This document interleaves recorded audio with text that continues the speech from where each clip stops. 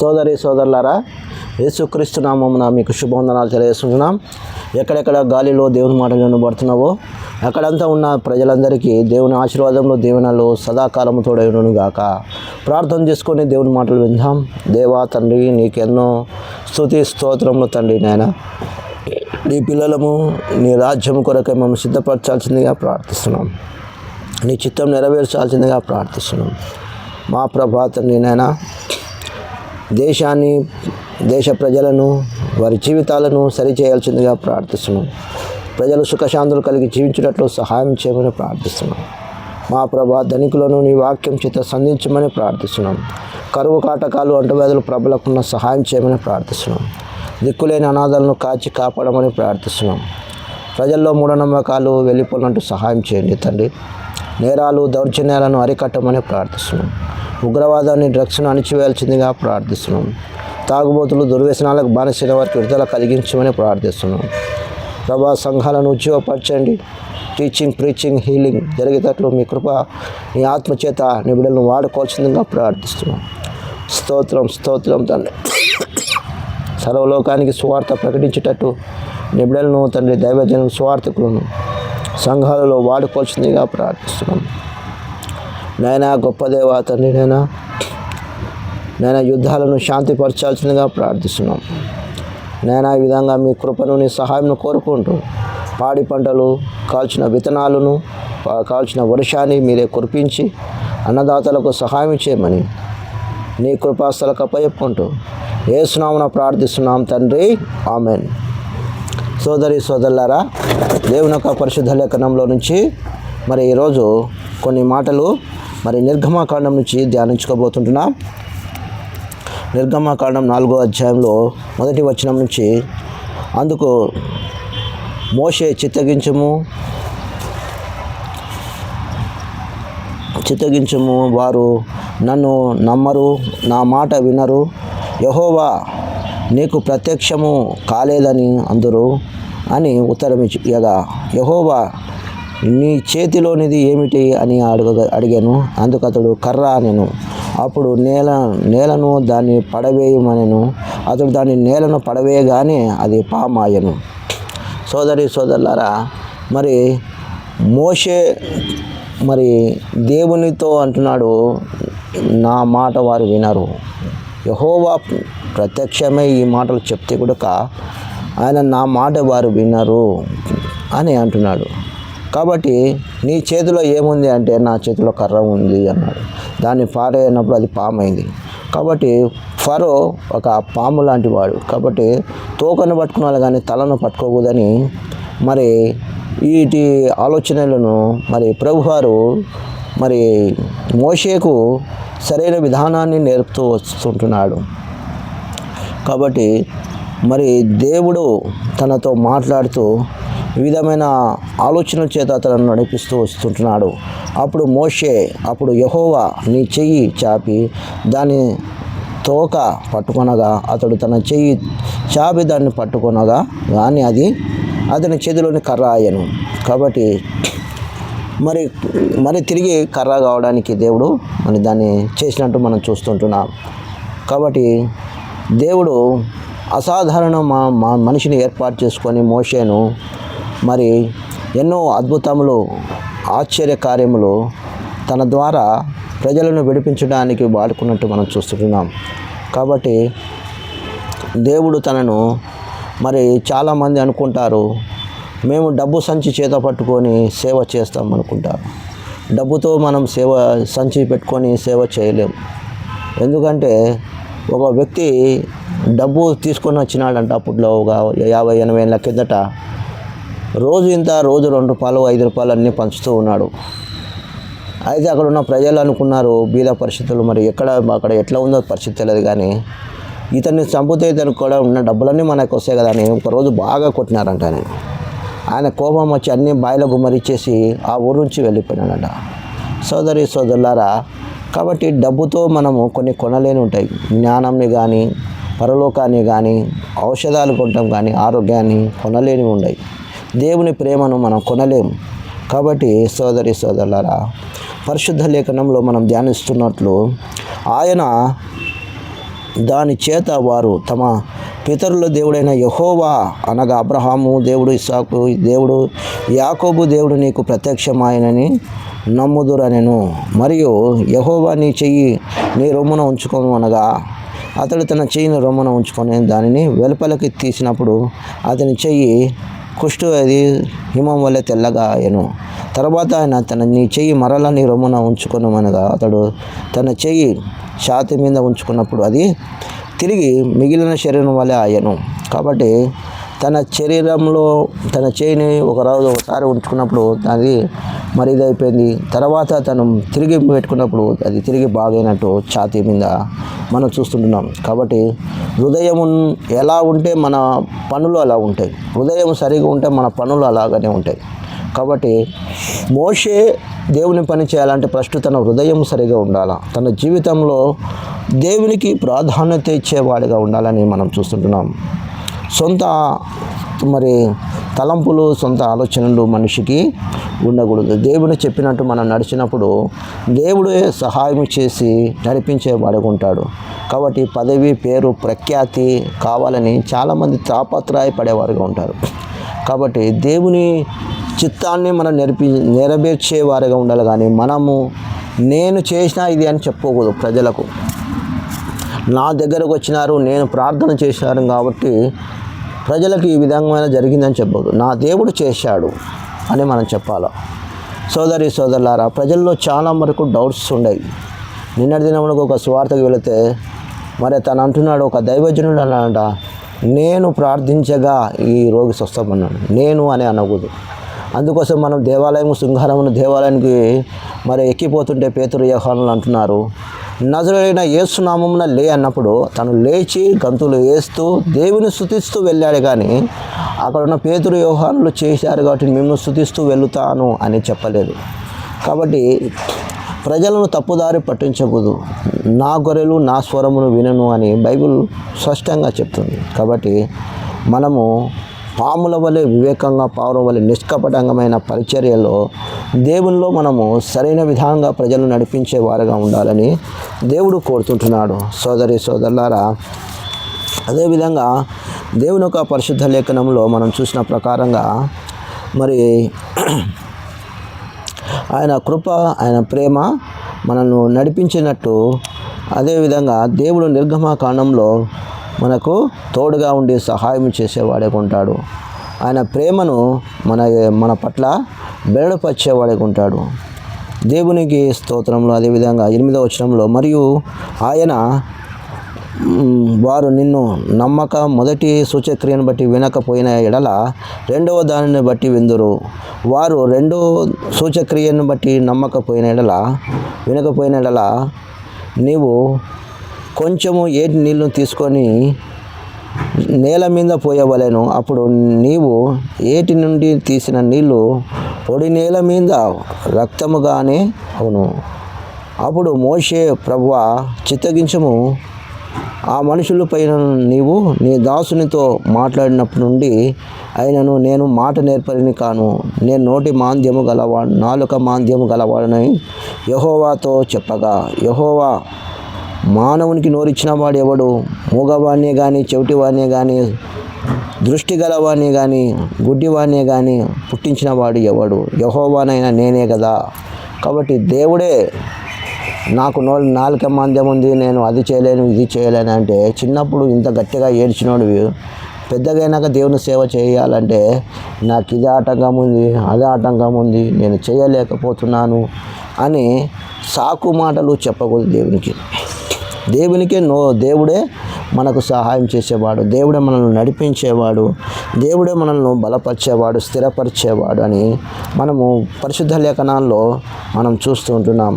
దేవుడు మనల్ని బలపరిచినప్పుడే ఈ పని మనము చేయగలిగేవారుగా ఉంటాం. కాబట్టి సోదరులారా, దేవుడు సహాయం చేసినట్లు మనము నడవాలి. కానీ మనము ఆయన నడిపించాలనే ఆలోచన ఉండకూడదు. దేవుడు మనకు కృప, సహాయము దయచేసేవాడే ఉంటాడు.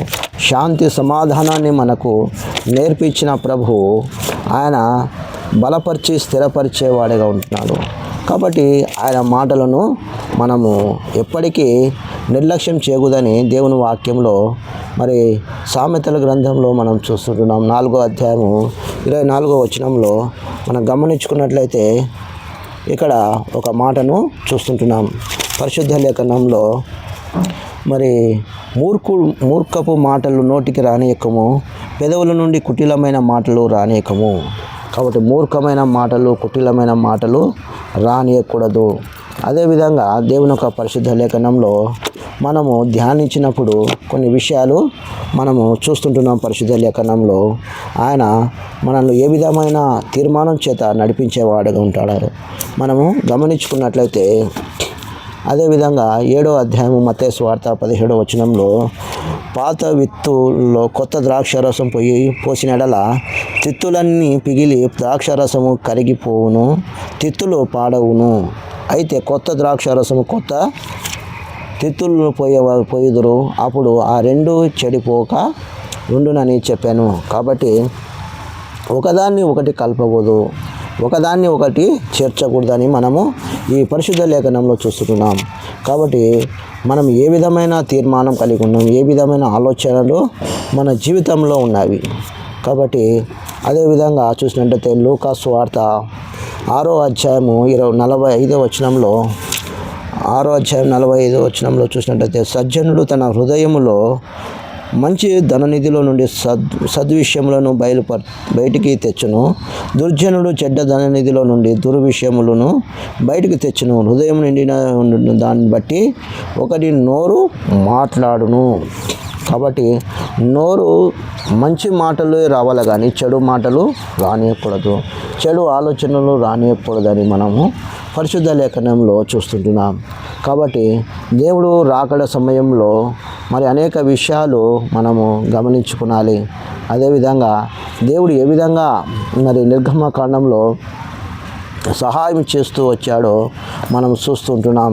అదేవిధంగా దేవుని యొక్క పరిశుద్ధ లేఖనంలో ప్రభువారు మరి తన బిడ్డలకు ఎంత గొప్ప మరి ప్రేమను, తన కృపను చూపించినప్పుడు వారు ఏ విధమైన తీర్మానం చేత నడవాలనేది దేవుడు బయలుపరుస్తున్నట్టు మనము చూస్తుంటున్నాం పరిశుద్ధ లేఖనంలో. అదేవిధంగా మరి 119వ కీర్తనలో 9వ వచనమును గమనించినట్లయితే, మరి ఇక్కడ యవనస్తులు దేని చేత తమ నడతను శుద్ధిపరచుకొందురు, నీ వాక్యమును బట్టి దాన్ని జాగ్రత్తగా చూసుకుంటూ చేతనే కదా. కాబట్టి ఆయన వాక్యము చేత శుద్ధీకరించబడుతూ ముందుకు వెళ్ళాలని ప్రభువు కోరుతుంటున్నాడు. 12వ వచనంలో, కాబట్టి వెళ్ళుము, నేను నీ నోటికి తోడై ఉండేదను, నీవు ఏమి పలకవలసినది మరి నీకు బోధించేదని అతనితో చెప్పాను.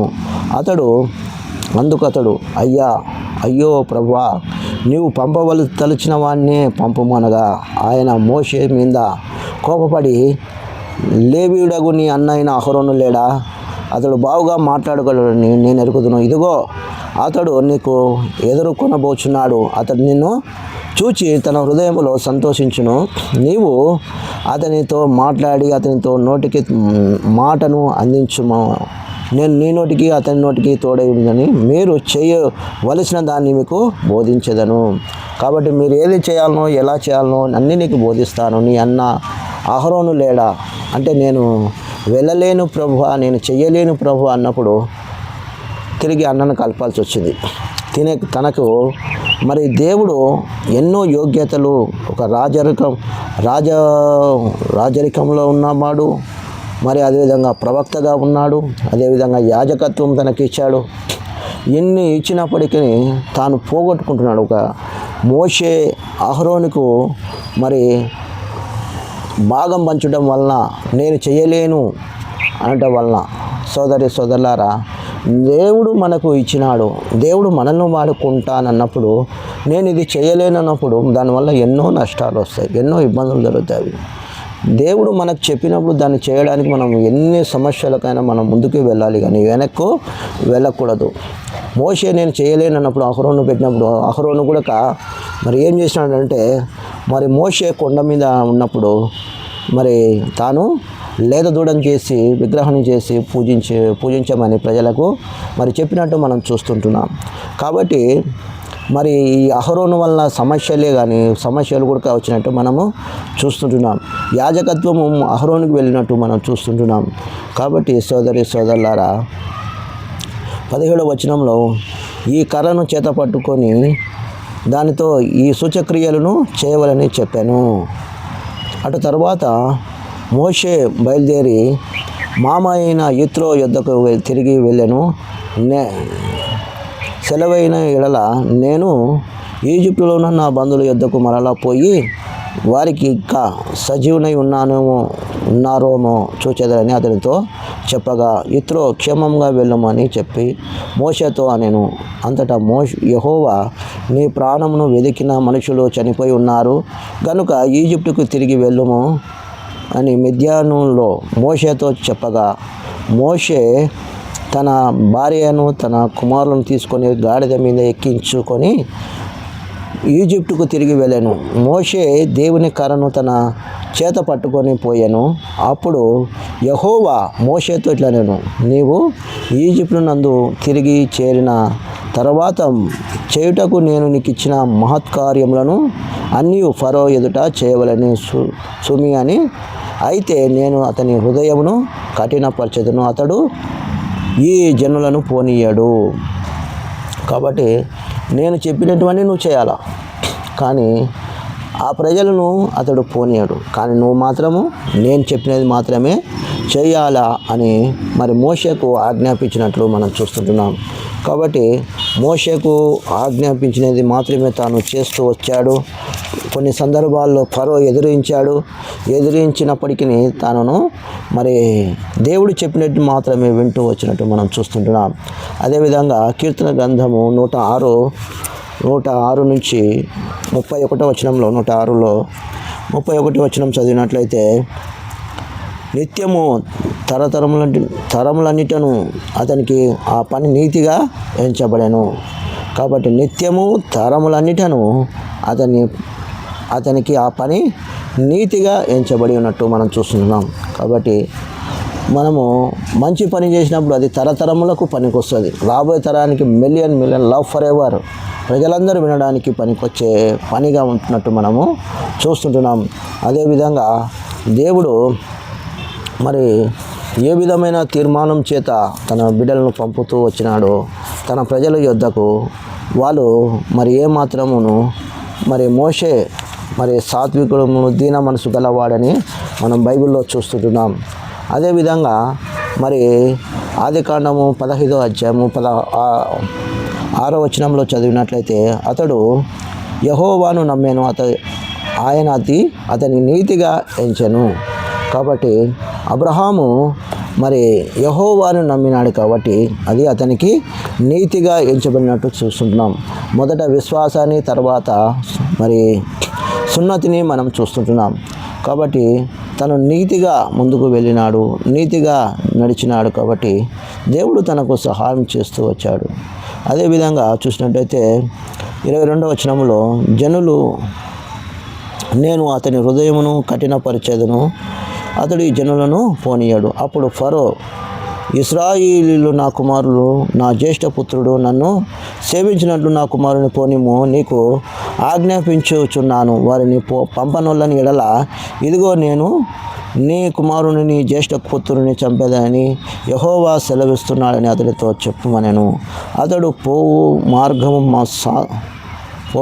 మార్గమున సత్రములో యెహోవా అతన్ని ఎదుర్కొని అతన్ని చంపు చూడగా, సిపోరా వడిగల రాయి తీసుకొని తన కుమారునికి సున్నతి చేసి అతని పాదముల యొద్ద పడవేసి, నిజముగా నీవు నాకు రక్త సంబంధివని పెనిమిటివని అయితివని అనెను. అంతటా ఆయన అతన్ని విడిచెను. అప్పుడు ఆమె ఆ సున్నతిని బట్టి నీవు నాకు రక్త సంబంధివై ఉన్నావని పెనిమిటివని చెప్పాను. కాబట్టి ఇక్కడ మరి సున్నతి విషయమై చూస్తుంటున్నాం. అబ్రహాము గోత్రంలో చేర్చబడాలి అంటే, అబ్రహాము రక్త సంబంధంలో చేర్చబడాలి అంటే సున్నతి ఖచ్చితంగా మరి ఇక్కడ చూస్తుంటున్నాం. అంటే మొదట విశ్వాసం ఉంచిన అబ్రహాము, రెండోదిగా మరి సున్నతిగా మనం చూస్తుంటున్నాం. కాబట్టి సిప్పోరా మరి మరి ఎంతగానో వ్యతిరేకించింది. ఎందుకు ఈ రక్తపాతం, ఎందుకు ఈ సున్నతి వల్ల ఏం పని అన్నీ అని తాను కూడా మరి ఆ గోత్రికురాలే, కానీ ఆమె అన్నురాలు కాదు, కానీ ఆమె కూడా మరి ఏం చేసిందంటే ఇదంతా ఎందుకు, ఈ పని ఎందుకులే అని ఆమె నిర్లక్ష్యం చేసింది. కాబట్టి ఆమె నిర్లక్ష్యం విషయంలో మరి మోషే ఏమాత్రం గద్దించలేదు. తన కుటుంబాన్ని ఈ విధంగా నడిపించాలని తనకు మరి చెప్పాలనే ఆలోచన తనకు లేదు. భార్య చెప్పింది కదా అని మరసంగా పోతున్నాడు. కానీ ప్రజలను ఈ విధంగా నడిపించగలడు. మోషే అహరోను కలిసి ఫరో యొద్దకు వెళ్ళి దేవుడు ఈ విధంగా మాట్లాడాడని ఫరోనుకు చెప్పగలరు. కానీ సొంత కుటుంబంలో తన భార్యకు చెప్పుకోలేకపోతున్నాడు. దానివల్ల తన ప్రాణాలే పోతుండేది. కానీ ఎప్పుడైతే తన భార్య మరి సిపోరా ఆ సున్నతి చేసిందో కుమారునికి గెర్షోముకి, మరి తనకు మరి మరణం నుంచి తప్పించబడినట్టు మనం చూస్తుంటున్నాం. కాబట్టి మరి విమోచన, మరి విడుదల అక్కడ జరిగినట్టు మనం చూస్తుంటున్నాం సున్నతి వల్ల. కాబట్టి అదేవిధంగా మరి చూసినట్టయితే మరి మిద్యాను అబ్రహాము వంశీకుడి అని మనం చూస్తుంటున్నాం. కాబట్టి మరి ఈ విధంగా గెర్షోము మరి ఈ విధంగా మనం చూస్తూ ఉంటున్నాం. అదేవిధంగా సున్నతిలో మరి సున్నతి వల్ల వారి జీవితము మరి ఏ విధంగా మలుపు తిరిగిందో మనం చూస్తూ ఉంటున్నాం. సోదరులారా, కుటుంబాన్ని సరైన విధంలో నడిపించడం అవసరం ఉంది. కుటుంబాన్ని దైవికంగా నేర్పించడం అవసరం ఉంది. దైవికమైన మాటలతోటి మన కుటుంబాలు నడిపించుకోవడము ఎంతో అవసరమై ఉంటుంది. కాబట్టి అటువంటి తీర్మానం, అటువంటి రక్షణ ఈరోజు ప్రతి కుటుంబంలో అవసరమై ఉంటుంది. సంఘానికి చెప్తాము, మరి ప్రజలకు చెప్తాం, కానీ మన కుటుంబాలు మనం సరి చేసుకోం. అందుకోసమే ఒకసారి నేను సువార్త చేస్తున్నప్పుడు ఒక అమ్మగారు అనింది, ఫస్ట్ మీ కుటుంబాలకి, మీ చెల్లెళ్ళకు, మీ అక్కలకి చెప్పుకోనింది. అది నాకు బాగా మతికుంది. కాబట్టి ఫస్ట్ మనము మన కుటుంబాలు, మన బంధుమిత్రులు, మన గ్రామీణ ప్రాంతం ప్రజలకు, మన సొంత వాళ్ళకు మనం చెప్పుకోం. ఫస్ట్ మన సొంత వాళ్ళ నుంచి ప్రారంభించాలి. సోదరులారా, మంచి ఆలోచనలు ఎవరు చెప్పినా మనం ఖచ్చితంగా తీసుకున్నాలా, దానిని పాటించాలా. ఇక్కడ కూడా యెహోవా మరి ఏదైతే సున్నతిని అబ్రహాము ద్వారా మరి నడిపించబడ్డాడో, సున్నతి అనేది జరుగుతూ వచ్చినట్టు మనం చూస్తుంటున్నాం. కాబట్టి మరియా మరి యేసు పాదాలు కడిగింది. అలాగే యేసు ప్రభువారుగా మరి శిష్యుల పాదాలు కడిగినట్టు మనం చూస్తుంటున్నాం. కాబట్టి నా జీవితాలు సరిగా లేకుంటే మరి దేవుని పని ఎంత చేసినా వృధాగానే అవుతుంటుంది. కాబట్టి అదేవిధంగా యెహోవా మోషేతో ఎదుర్కొనుటకు అరణ్యంలో వెళ్ళమని అహరోనుతో చెప్పగా అతడు వెళ్ళి దేవుని పర్వతమైన అతన్ని కలుసుకొని అతన్ని ముద్దు పెట్టుకొనేను. అప్పుడు మోషే తన్ను పంపిన యెహోవా పలుకుచున్న మాటలన్నిటినీ ఆయన చేయి ఆజ్ఞాపించి సూచక్రియలన్నిటినీ అహరోనుకు తెలిపాను. తర్వాత మోషే అహరోను వెళ్ళి ఇశ్రాయేలీయుల పెద్దలను పోగు చేసి యెహోవా మోషే చెప్పిన మాటలన్నీ అహరోను వివరించి జనుల ఎదుట ఆ సూచక్రియలను చేయగా జనులు నమ్మిరి. మరియు యెహోవా ఇశ్రాయేలు చూడవచ్చి తమ బాధను కనిపెట్టు మాట జనులకు విని తల వంచుకొని నమస్కారం చేసిరి. కాబట్టి దేవుని మాట విని జనులందరూ ఏం చేసినారు? తల వంచి నమస్కారం చేసినారు. కాబట్టి ఇశ్రాయేలు చూడవచ్చినప్పుడు తమ బాధ అంతా చూచినప్పుడు జనులందరూ మరి దేవుని మాటలు తెలియజేసినప్పుడు వారు దేవునికి నమస్కారం చేసినట్టు మనం చూస్తున్నాం. కాబట్టి సోదరులారా, మానవుని జీవితము కొంతకాలమే, క్షణభంగురమే. మానవుని జీవితానికి ఒక అర్థము, పరమార్థము దేవుడు ఇచ్చాడు. కాబట్టి మనము ఇష్టం వచ్చిన బతికి పరలోకం చేరలేము. ప్రతిరోజు మనము ఆకాశం వైపు చూడాలి. ప్రతిరోజు ఏదో ఒక రోజు మనము ఆ దేవుని దగ్గరికి మనం చేరుకునాలి. కాబట్టి ఆయనేమి నరబలడుతలేడు, పైసలు అడుతలేడు. హృదయ శుద్ధి గలవారు ధన్యులు, వారు దేవుని చూస్తారు. సోదరుడా, సోదరి, ఈ దేశంలో, ఈ ప్రపంచంలో, గ్రామీణ ప్రాంతాల్లో ప్రజలు హుటాహుటిన సరైన జీవితం లేదు, సరైన ఆలోచన లేదు, సరైన నిర్ణయం లేదు. కాబట్టి మానవులకి చదువు ఇస్తే బాగుపడతారు అనుకుంటున్నారు, మానవునికి డబ్బు ఉంటే బాగుపడతారు అనుకుంటారు. కానీ మానవుని హృదయం, పాప హృదయము ఏ విధమైన ఏ డాక్టరు, ఏ ఇంజనీరు, ఏ రాజకీయవేత్త ఈ పాప రోగాన్ని పోగొట్టగలడు. ఒక శిలువ రక్తం ద్వారానే ఆ పాప విమోచన జరుగుతుంది. తనకు భయం వస్తుంది, తనలో దేవుడు అనేది తెలుస్తుంది. సోదరి సోదరులారా, ఈ యేసుక్రీస్తును నువ్వు సొంత రక్షకునిగా, స్వకీయ రక్షకునిగా ఎరుగుదువా? ఇదే మిక్కిలి అనుకూల సమయము, నేడే రక్షణ దినం. సావధాన్ రహే, సతర్ రహే. ప్రార్థన చేసుకుందాం. ప్రేమగల జీవంగల తండ్రి నాయనా, నీ మాటలు నీ ప్రజలకు వినిపించాం. వారిని రక్షించమని, కాపాడమని, వారి కుటుంబాలు దీవించమని యేసునామమున ప్రార్థిస్తున్నాం తండ్రి, ఆమేన్.